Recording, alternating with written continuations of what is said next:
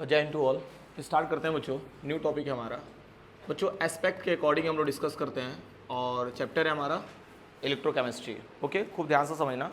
Electrochemistry में एक terms हमारे पास आ रहा है बच्चों, एस्पेक्ट। ओके, अब एस्पेक्ट बच्चों क्यों पढ़ रहे हैं, इसके पीछे का रीजन समझते हैं। तो ये किसके लिए पढ़ रहे हैं हम लोग? इलेक्ट्रोलिटिक सेल के लिए। किसके लिए डिस्कस कर रहे हैं हम लोग? इलेक्ट्रोलिटिक सेल के लिए बच्चों। तो यहाँ पे समझो तो एस्पेक्ट का मीनिंग है क्या एग्जैक्टली। ओके, देखो एस्पेक्ट को हम लोग दो पार्ट्स में समझते हैं। फर्स्ट आपका रहेगा बच्चों क्वालिटेटिव एस्पेक्ट को ध्यान से समझना बच्चों। एंड सेकेंड टर्म्स रहेगा बच्चों क्वांटिटेटिव एस्पेक्ट। क्वांटिटेटिव एस्पेक्ट खूब ध्यान से समझिएगा बच्चों। फर्स्ट क्या है आपका क्वालिटेटिव एंड सेकेंड क्या है बच्चों? क्वांटिटेटिव एस्पेक्ट है। ओके, देखो क्वालिटेटिव एस्पेक्ट में हम लोग ये पता कर रहे थे बच्चों, who will oxidize or reduce. कौन आपका जाकर के ऑक्सीडाइज होगा और कौन जाकर के रिड्यूस होगा बच्चों। समझ पा रहे हो ना? एंड इसका बहुत समझो पहले, बाद में लिखना, ठीक है। और इसमें बच्चों हम लोग एक और टर्म्स लिए थे, मीडियम, है कि नहीं? तो मीडियम में बच्चों क्या क्या टर्म्स हम ऐड कर सकते हैं? एक तो पहला आपको हो सकता है मोल्टेन। पहला क्या हो सकता है? मोल्टेन हो सकता है बच्चों। एंड सेकेंड क्या हो सकता है बच्चों? एक्वस। एंड नेक्स्ट क्या हो सकता है? Ether, right. एंड मैंने एक और टर्म्स बच्चों इसमें डिराइव किया था कि इलेक्ट्रोड कैसा ले सकते हो। इलेक्ट्रोड कैसा हो सकता है? इनर्ट भी हो सकता है बच्चों एंड एक्टिव भी हो सकता है। ओके, तो ये क्वालिटेटिव एस्पेक्ट में था बच्चों। हाँ, फिर हम बात करते हैं क्वांटिटेटिव एस्पेक्ट में कि इसमें सर क्या पढ़ेंगे। तो इसमें हम लोग टर्म्स डिस्कस करते हैं बच्चों, हाउ मच क्वांटिटी एट। इसमें हु एंड इसमें हाउ। सुन पा रहे हो ना?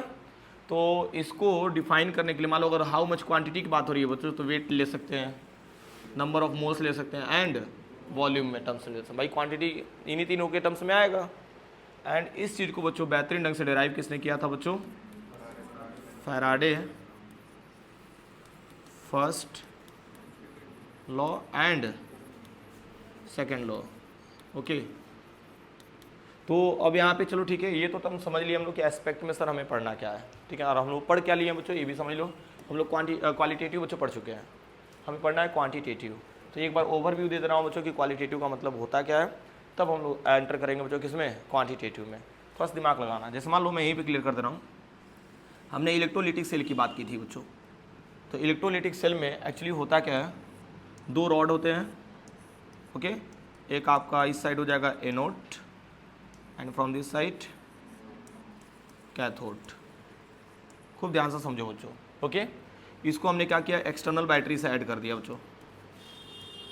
ओके, एक्सटर्नल बैटरी से ऐड कर दिया बच्चों। तो एनोड यहाँ पे कौन सा सिंबल रखता है? पॉजिटिव, और ये नेगेटिव। मैंने ये भी बोला था बच्चों, जब बैटरी को ऑन करेंगे तो ये पूरा रॉड बच्चों किससे भर जाएगा? पॉजिटिव से। और यहाँ पे बच्चों ये किससे भर जा रहा है? नेगेटिव से बच्चों भर जा रहा है। क्लियर हो रहा है ना? फिर मैंने ये भी चीज़ बताया था बच्चों कि इसमें भरते हैं हम लोग इलेक्ट्रोलाइट्स। क्या ऐड करते हैं हम लोग? इलेक्ट्रोलाइट्स भरते हैं हम। इलेक्ट्रोलाइट्स मतलब समझ रहे होगे बच्चों, जो आयनिक बॉन्ड से बनता है। किससे बनता है बच्चों? जो आयनिक बॉन्ड से बनता है। यहाँ तक क्लैरिटी मिल रही है ना? ठीक है, चलो अब इसके बाद से इसमें हम लोग सॉल्यूशन भर दिया बच्चों NaCl, और वो भी क्या लिया हमने? मोल्टेन। क्या लिया? तो मोल्टेन। मोल्टेन का मतलब होता है प्योर फॉर्म में हमने लिया। मोल्टेन मतलब क्या होता है बच्चों? प्योर NaCl, ठीक है। तो NaCl में क्या हो जाएगा? Na plus and Cl minus. यहाँ तक तो क्लैरिटी मिल रही है बच्चों, यानी इसमें कोई अदर सब्स्टिट्यूट नहीं है, सिर्फ क्या है बच्चों? NaCl है। अब देखो ये तो यहाँ पे अगर Na plus and Cl minus है सॉल्यूशन में, तो Na प्लस किधर की तरफ मूव करेगा बच्चों? कैथोड की तरफ। एंड Cl माइनस किधर की तरफ ऐड होगा बच्चों? एनोड की तरफ हुआ ना? थोड़ा खुद का दिमाग लगाइए बच्चों। ये बताओ यहाँ पे Na प्लस ऐड हो रहा है कैथोड की तरफ एंड Cl माइनस ऐड हो रहा है एनोड की तरफ। तो ये बताओ हमें ये तो पता चल गया ना कि इलेक्ट्रोलाइट्स में कौन किधर जा रहा है कि नहीं? ये नहीं बोला गया है भाई, ये आप ध्यान दो। तो who will oxidize or reduce, यानी कौन ऑक्सीडाइज हो रहा है, यानी कौन कैथोड की तरफ जा रहा है, कौन आपका एनोड की तरफ जा रहा है। तो ये चीज़ तो पता कर लिए हम लोग। जैसे मान लो सोडियम जाकर के आपका कैथोड पे ऐड हो गया, और क्लोरीन जाकर के ऐड हो गया एनोड पे, लेकिन कितना ऐड हुआ ये चीज़ हम लोग इसमें पता कर रहे हैं। कुछ समझ में आया? मतलब अगर दोनों रॉड पे जाकर के ऐड हो रहा है बच्चों, तो कितना ऐड हो रहा है बच्चों, ये चीज़ किस में पता करेंगे हम लोग? क्वांटिटेटिव में। ओके, तब उसमें फैराडे ने अपना बच्चों लॉ बताया था। चलो इसको भी क्लियर करते हैं, यहाँ तक क्लियर है ना? चलो आगे आते हैं बच्चों। तो यानी कि ये हमारा हेडिंग है बच्चों। नेक्स्ट ध्यान से समझना, गुड मॉर्निंग, क्वांटिटेटिव एस्पेक्ट, तो ध्यान से समझना बच्चों। तो क्वांटिटेटिव एस्पेक्ट की अगर हम बात करेंगे बच्चों, ध्यान दो, इधर से स्टार्ट हो जाएगा। तो क्वांटिटेटिव एस्पेक्ट में हमने बोला बच्चों कि आप लोग पहला हेडिंग मेंशन करना, Faraday first law, Faraday first law. यहाँ तक क्लैरिटी मिल रही है? और देखो फैराडे फर्स्ट लॉ ने बच्चों बताया गया था, ध्यान से समझना, the amount of electrolytes, the amount of electrolytes deposited on electrodes, electrode से मान लो कैथोड हो जाएगा, एनोड हो जाएगा, द अमाउंट ऑफ इलेक्ट्रोलाइट्स, यहाँ पे लिख दे रहा हूँ बच्चों, अमाउंट ऑफ इलेक्ट्रोलाइट्स डिपॉजिटेड या और कर लेना बच्चों लिबरेटेड, समझ पा रहे हो ना? The amount of electrolytes deposited or liberated at electrode is directly proportional to the charge passing through it. मतलब थ्रू इट का मतलब क्या समझ रहे हो? ये जो हमारे पास इलेक्ट्रोलिटिक सेल है, ये बताओ यहीं से चार्ज पास होगा ना? ये बैटरी लगा हुआ है बच्चों, और बैटरी से जितना चार्ज बच्चों हम लोग यहाँ पे दे रहे हैं, उतना ही बच्चों अमाउंट क्या होगा, कैथोड और एनोड पे जाकर के ऐड होगा। ठीक है, ध्यान से समझना बच्चों, एक एक पॉइंट काफ़ी इंपॉर्टेंट है। मैंने यहाँ पे क्यू का मतलब क्या रखा बच्चों, ये चार्ज है बच्चों, चार्ज पास किया जा रहा है थ्रू इट, मतलब क्या समझ रहे हो बच्चों, इलेक्ट्रोलिटिक सेल में और बैटरी के थ्रू से बच्चों, ठीक है ना? तो यानी कि ये बताओ, ये डायरेक्टली प्रोपोर्शनल है, इसका मतलब क्या है, चार्ज जितना बढ़ाएंगे बच्चों उतना आपका अमाउंट क्या होगा, डिपॉजिट होगा या तो लिबरेट होगा। क्लैरिटी मिल रही है? थोड़ा सा और टाइम से आओ बच्चों, ठीक है? हम लिटिल बिट लेट करते हैं, तो बिग मत कर दो, ठीक है? सुधर जाओ, तो पार्टी कर रहे हैं सब पूरे आगे। तुम नहीं गए थे ना, छोड़ दिए थे सब। चलो इधर आ जाओ, इधर आ जाओ, चलो देखो, अमाउंट ऑफ इलेक्ट्रोलाइट डिपॉजिटेड और लिबरेटेड एट इलेक्ट्रोड हो गया ना, directly proportional to the charge passing through it. यहाँ तक क्लैरिटी मिल रही है? ध्यान देना बच्चों। ये बताओ, हमने ये चीज़ बताया था कि जब प्रोपोर्शनल का सिंबल हटाएंगे तो कोई ना कोई क्या मिलेगा, जिसको क्या बोलेंगे, जेड इंटू क्या कर लेना, क्यू। अब ध्यान दीजिएगा। और ये बताओ, we know that Q equals to क्या होता है, आई इंटू टी, होता ही है। ओके, सभी लोग जानते होगे भाई, चार्ज इक्वल्स टू क्या होता है, आई इंटू टी। अब बताओ, हमने एक और चीज़ बताया था कि जेड का मीनिंग होता क्या है, या देखो, W equals to Z into I into T. चलिए इस एक्सप्रेशन को ऐसे मान लिया हमने, जेड का मतलब होता है बच्चों, ऐसे लिख लो, इलेक्ट्रोकेमिकल, ऐसे लिखना, इलेक्ट्रोकेमिकल इक्विवेलेंट, या और लिखना बच्चों इक्विवेलेंट कांस्टेंट, इक्विवेलेंट कांस्टेंट। ठीक है बच्चों, बिल्कुल बातें नहीं है, ठीक है? आप ऑलरेडी लेट करके आए हो और नहीं ध्यान दोगे तो फिर समझ में नहीं आएगा, और ऑलरेडी पढ़ भी चुके हो ये। हाँ, अब इसके आगे हम लोग प्रोसीड कर रहे हैं। हाँ, तो W equals to Z into I into T हो जाएगा बच्चों। और मैंने जेड का मीनिंग बता दिया बच्चों, ये इलेक्ट्रोकेमिकल इक्विवेलेंट होता है, या इसी को क्या बोल सकते हैं, इक्विवेलेंट कांस्टेंट बोल सकते हैं। चलो ठीक है, यहाँ तक तो क्लैरिटी मिल गई। अब आप ही का क्रॉस क्वेश्चन रहेगा कि सर जी यहाँ पे जो जेड दिख रहा है ना, ये क्या है, कांस्टेंट है। तो कांस्टेंट का कुछ ना कुछ वैल्यू तो होगा ना, है कि नहीं? तो देखो, तो इसके अगर हम लोग मान लो हेडिंग हम यहाँ पे मेंशन कर दें कि डिफाइन जेड, क्या लिख दो बच्चों, डिफाइन जेड। तो देखो जेड को कैसे डिफाइन करेंगे बच्चों, व्हेन ध्यान देना बच्चों, एक एक point, when I equals to 1 ampere, I equals to 1 ampere and time equals to क्या हो जाएगा बच्चों, 1 सेकेंड। ध्यान देना बच्चों, हमने आई कितना ले लिया, 1 एम्पियर, और टाइम क्या ले लिया, 1 सेकेंड। तो ये बताओ बच्चों, इसको लेकर के चार्ज इक्वल्स टू कितना हो जाएगा, 1 कूलम्स हो जाएगा कि नहीं? क्या समझे? अरे भाई आई का वैल्यू 1 एम्पियर है और टी का वैल्यू क्या है 1 सेकेंड है बच्चों। देखो ना आई और टी का बच्चों वैल्यू अगर 1 मल्टीप्लाई करेंगे तो ये बच्चों चार्ज का यूनिट क्या होता है कुलम्स। तो आई इंटू टी के जगह पे या क्यू के जगह क्या रख सकते हैं 1 कुलम्स। जब 1 कुलम्स रख देंगे बच्चों तो यहाँ पे साफ साफ आप लोग को दिख रहा होगा बच्चों कि W इक्वल्स टू क्या हो जाएगा, नहीं हो जाएगा भाई। जब Q का वैल्यू यानी चार्ज का वैल्यू अगर हमने 1 रख दिया तो W इक्वल्स टू क्या हो जाएगा जेड। यानी कहने का मीनिंग क्या है बच्चों, ध्यान से समझना, अगर हमें जेड को डिफाइन करना है बच्चों, ठीक है ना, तो हम किसका वैल्यू निकाल दें 1 कुलम्स का निकाल दें। किसका निकाल दें 1 कुलम्स का, क्योंकि आपको पता है बच्चों कि 1 कुलम्स अगर रख रहे हैं तो इसका जो वैल्यू है किसके इक्वल हो जा रहा है, जो डिपॉजिट हो रहा है बच्चों अमाउंट किस पे इलेक्ट्रोड पे। समझ पा रहे हो ना। तो अब चलो समझते हैं हम लोग कि सर यहाँ पे जेड का मीनिंग अभी भी क्लैरिटी नहीं मिली होगी कि सर जेड का वैल्यू कैसे आएगा।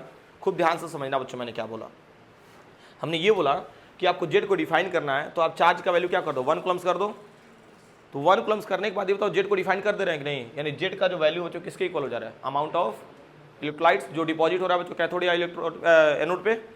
तो अब यहाँ पे समझो, तो इसको हम लोग एग्जाम्पल के थ्रू से समझेंगे और क्लैरिटी मिलेगी। ध्यान देना बच्चों, एग्जाम्पल में मतलब कैसे बच्चों जेड को और अच्छे से डिफाइन कर सकते हैं इसको समझते हैं। तो ध्यान देना, तो इसमें हम लोग लेते हैं बच्चों पहला example Na sodium, Na plus आपने ले लिया। ध्यान देना बच्चों, इसकी मत करना। ये बताओ Na प्लस कितना इलेक्ट्रॉन गेन कर सकता है 1, तो 1 इलेक्ट्रॉन यहाँ पे गेन किया और किस में कन्वर्ट हो गया Na में। एग्जाम्पल ले रहा हूँ मैं, अभी यहाँ पे भूल जाओ कि क्या सर ने बताया, अभी बस इस पर फोकस करो, ठीक है ना। तो Na प्लस 1 इलेक्ट्रॉन बच्चों गेन किया और एक इसमें कन्वर्ट हो जाएगा बच्चों Na में।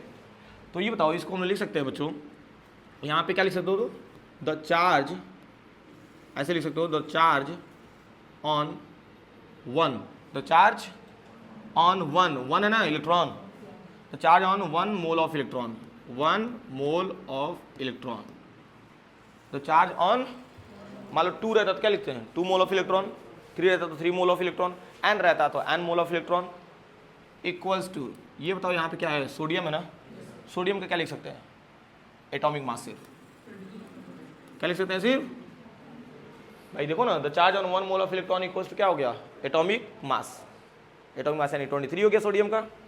ये बताओ यहाँ पे 1 मोल ऑफ इलेक्ट्रॉन की अगर हम बात करेंगे तो हम पहले भी डिस्कस कर चुके हैं, यहाँ पे साइड में मैं बता दे रहा हूँ आपको, ध्यान देना। देखो 1 मोल ऑफ इलेक्ट्रॉन का मतलब होता क्या है एक बार और देख लीजिए, 1 मोल ऑफ इलेक्ट्रॉन, खूब ध्यान से समझना बच्चों।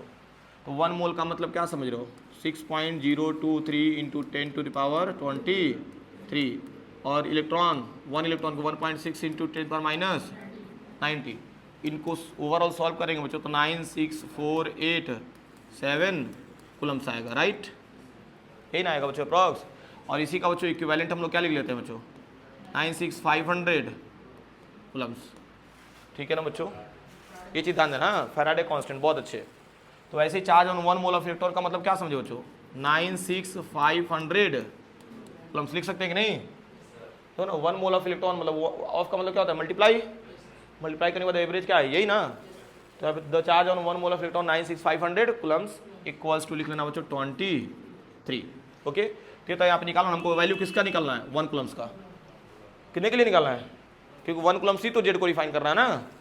तो 1 कुलम्स इक्वल्स टू क्या कर देंगे 23/96500 कुलम्स। क्लियर है बच्चों।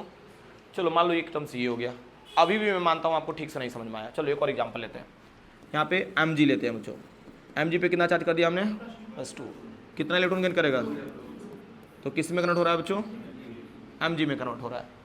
तो अभी बताओ इसके लिए क्या लिख सकते हैं बच्चों, बहुत अच्छे, charge on 2 mole of electron equals to हो जाएगा बच्चों 24, बहुत अच्छे। तो 2 मोल का मतलब क्या समझ रहे हो 2 इंटू 96500 कुलम्स इक्वल्स टू क्या हो जाएगा भाई 24। कुछ क्लैरिटी मिल रही है बच्चों। अब ध्यान देना, तो ये बताओ यहाँ पे क्या कर सकते हो 1 कुलम्स इक्वल्स टू अगर निकाले हम लोग 1 कुलम्स इक्वल्स टू क्या हो जाएगा 24 अपॉन नीचे भी 2 आ जाएगा ना बच्चों 96500। क्लियर हो रहा है ना। अरे भाई ऊपर 1 था तो 1 से ही मल्टीप्लाई हुआ, यहाँ पे 2 हो गया ना, तब नीचे 2 आ जाएगा कि नहीं साथ में, ठीक है, ध्यान देना बच्चों, ठीक है। अब मोस्टली बच्चों हम लोग डिराइव कर ही चुके हैं, ध्यान दीजिएगा।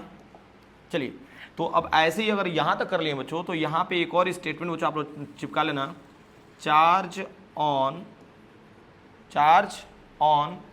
n mole of electron, n mole of. तो ये बताओ, ये 24 जो लिख रहे थे ये क्या है? एटॉमिक मास है ना, या मोलर मास? एटॉमिक मास या, देखो इसको एटॉमिक मास बोलेंगे या तो ये मोलर मास, दोनों बोल सकते हैं, मोलर मास या एटॉमिक मास।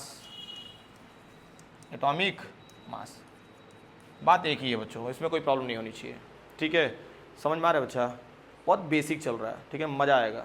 मैं मानता हूँ कि अगर बेसिक आपका ख़राब भी होगा तो मैं बेसिक भी डिस्कस कर रहा हूँ, ठीक है ना? अब इससे डिटेल लेक्चर नहीं मिलता है बच्चों, ठीक है? Charge on n mole of electron, atomic mass oblique क्या लेना बच्चों? Molar mass.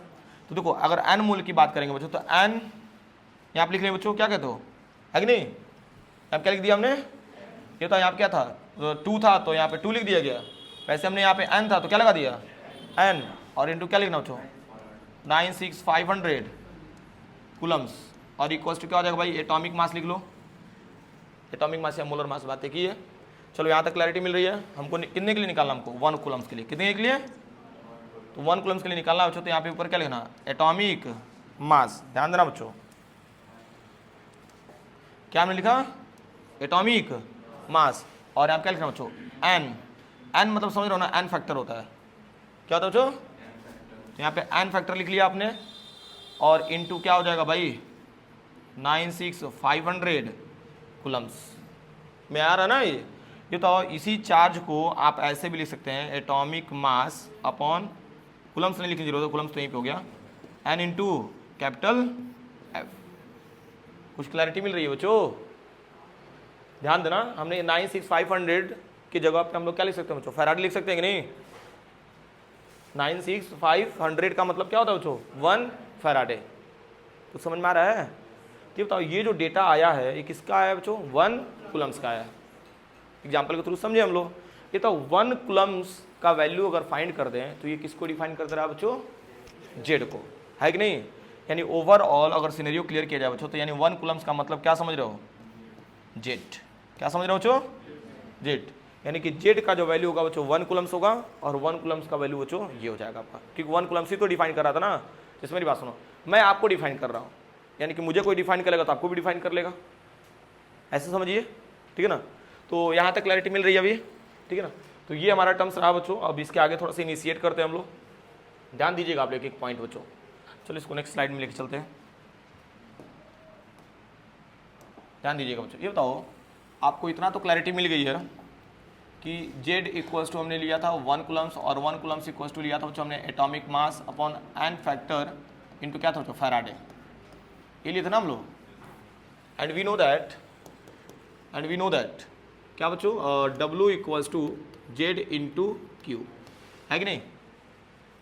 सो आप इसको मान लेना बच्चों इक्वेशन फर्स्ट है, इसको मान लेना इक्वेशन सेकेंड। तो फर्स्ट का वैल्यू बच्चों किस में पुट करते हैं हम लोग? सेकेंड में रख दें बच्चों।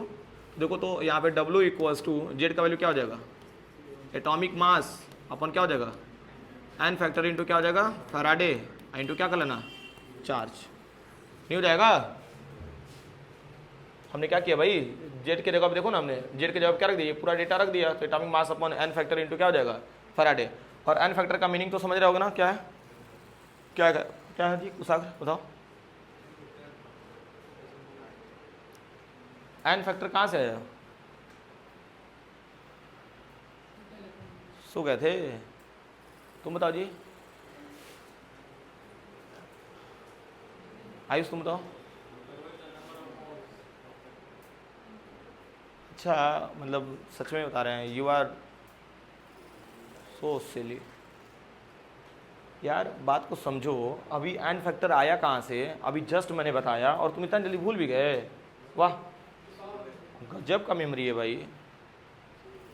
सो गए थे, गुड जॉब। ऐसे सोते रहो तुम, ठीक है ना? एक दिन ऐसा भी मौका आएगा कि बोर्ड्स एग्जाम में बैठे रहोगे, वहाँ पे भी नींद आएगी, क्योंकि क्वेश्चन नहीं आएंगे। तो पूरे साल भर फिर सोते रहना, 1 साल और मौका मिलेगा, ठीक है? ए बच्चों, यहाँ पे 2 इलेक्ट्रॉन्स है और यहाँ पे 1 है, फिर यहाँ पे लास्ट में क्या कर दिया, n। तो भाई जितने इलेक्ट्रॉन्स पार्टिसिपेट कर रहे हैं रिएक्शन में, वही हमारा क्या होता है, n फैक्टर होता है। समझने वाली बातें हैं यार, क्या करते हो तुम लोग, ठीक है ना। तो हो जाएगा अभी। तो ये आपका एक और इक्वेशन हो गया बच्चों, मान लो इक्वेशन थर्ड मान लीजिए, ध्यान दीजिएगा। अब देखो तो इसी को हम लोग ऐसे भी तो लिख सकते हैं, एटॉमिक, देखो ये आपका गिवन मास हो गया, और ये बताओ ये नीचे क्या ला दिया हमने, एटॉमिक मास, और ये क्वेश्चन क्या हो जाएगा, चार्ज का मतलब तो समझ रहे हो बच्चों, I इंटू टी, और यहाँ पे एन फैक्टर इंटू क्या हो जाएगा, फैराडे। ये तो given mass upon molar mass क्या हो जाएगा, नंबर ऑफ मोल्स, ठीक है। और ये क्वेश्चन क्या हो जाएगा बच्चों, charge upon N factor into Faraday. एक और आपको एक्सप्रेशन मिला कि नहीं, ध्यान दीजिएगा बच्चों, इंपॉर्टेंट है। अच्छा मैं इसी रिलेशन से एक और बच्चों टर्म्स लिख रहा हूँ, atomic mass upon N factor क्या होता है बच्चों, कोई बताएगा, atomic mass upon N factor बताओ, equimolar mass into charge upon हो जाएगा एफ। समझ पा रहे हो मैंने क्या लिखा, देखो यहाँ पे लिख लेना, we know that atomic mass upon N factor equals to होता है बच्चों इक्विमोलर मास, और ये हम लोग पढ़ते हैं बच्चों किस में मालूम है ना, नॉर्मेलिटी में, इक्विमोलर मास, ठीक है। तो यहाँ पे हमने जो ई एम का मतलब क्या कर लिया, इक्विमोलर मास, यानी एटॉमिक मास अपन क्या होता है, एन फैक्टर, देखो ना, एटॉमिक मास अपन एन फैक्टर, तो यही वैल्यू पुट कर दिया, एक और फॉर्मूला में मिल गया, क्लैरिटी मिल रही है ना। अब चलो ठीक है, अब यहाँ पे जैसे एक और बच्चों फॉर्मूला में डिराइव कर रहा हूँ, खूब ध्यान से समझना। मान लो जैसे आपको इतना पता है ना कि एक साइड क्या है, एनोड है, एक साइड क्या था, कैथोड था, तो नंबर ऑफ मोल्स ये बताओ, एक कैथोड पे ऐड होगा और एक कहाँ जाके ऐड हो सकता है, एनोड पे। तो कैथोड और एनोड के लिए नंबर ऑफ मोल्स निकाले हम लोग, तो इसका रिलेशन देखो कैसे निकलेगा बच्चों, ये क्वेश्चन 4 था ना, ध्यान देना बच्चों, ये था number of moles of anode लिखना, यहाँ पे क्या लिखा बच्चों हमने, एनोड, खूब ध्यान से समझो, is directly proportional to the, इसी के नीचे लिखना बच्चों, is directly proportional to the 1/n factor anode. क्या समझे, नहीं समझ में आया होगा, मैं क्लियर करता हूँ इसको, खूब ध्यान समझना। मान लो हमने सिर्फ अभी एनोड वगैरह नहीं लिया, बस इतना बता दिया अभी हमने कि नंबर ऑफ मोल्स जो था बच्चों वो डायरेक्ट एंटी प्रोपोर्शनल टू था क्या, एन फैक्टर के। कैसे, देखो यहाँ पे जो Q का वैल्यू है, मैं यहाँ पे सपोज कर रहा हूँ, देखो Q का जो वैल्यू बच्चों हमने क्या ले लिया, 1 कूलम्स, Q का वैल्यू क्या ले लिया, और ये तो फैराडे का तो वैल्यू बच्चों क्या होता है, फिक्स होता है कि नहीं, होता है ना ये, तो Q का वैल्यू भी फिक्स है, फैराडे का वैल्यू क्या है, फिक्स है। जब दोनों कांस्टेंट है बच्चों तो हमारे पास बचा क्या, सिर्फ 1/nf बचा ना। तो ये बताओ जब प्रोपोर्शनल का सिंबल हटाओगे तो ये दोनों वैल्यू पुट कर सकते हैं कि नहीं, फिर दिमाग लगाओ। अरे भाई इन दोनों को हमने क्या रखा है, कांस्टेंट, जब दोनों को कांस्टेंट रखा है तो प्रोपोर्शनल का साइन हटाओगे, फिर इन दोनों को भाई कांस्टेंट के तौर पे ले लेंगे हम लोग, फिर Q अपन क्या हो जाएगा बच्चों, एफ हो जाएगा, ठीक है ना। तो समझ में आया कैसे लिखा हूँ मैं, तो यहाँ बच्चों हमने Q = 1 कूलम्स मान लिया, एफ का वैल्यू फिक्स होता है ये बच्चों, तो ठीक है। तो इसी को हम लोग दो तरीके से लिख सकते हैं, मान लो अगर हमको एनोड के लिए लिखना रहे तो ए यहाँ पे चिपका देंगे बच्चों, यहाँ पे भी ए, ठीक है। अगर ऐसे मान लो हम लोग कैथोड के लिए लिखना है तो क्या हो जाएगा, एन फैक्टर कैथोड, क्लियर हो रहा है ना।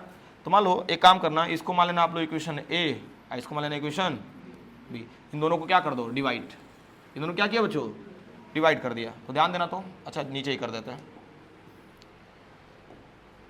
ध्यान देना बच्चों। तो यहाँ पे क्या लिखना है, number of moles of A यानी anode and number of moles of cathode, इन दोनों क्या किया, डिवाइड कर दिया।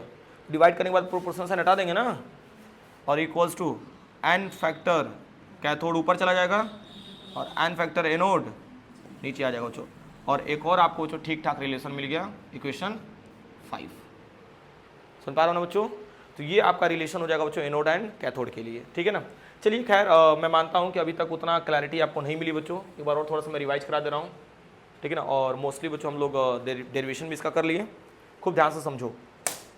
हम लोग पढ़ रहे थे बच्चों एस्पेक्ट, क्या पढ़ रहे थे हम लोग, एस्पेक्ट पढ़ रहे थे, ओके। यहाँ तक तो सबको क्लैरिटी होगी बच्चों।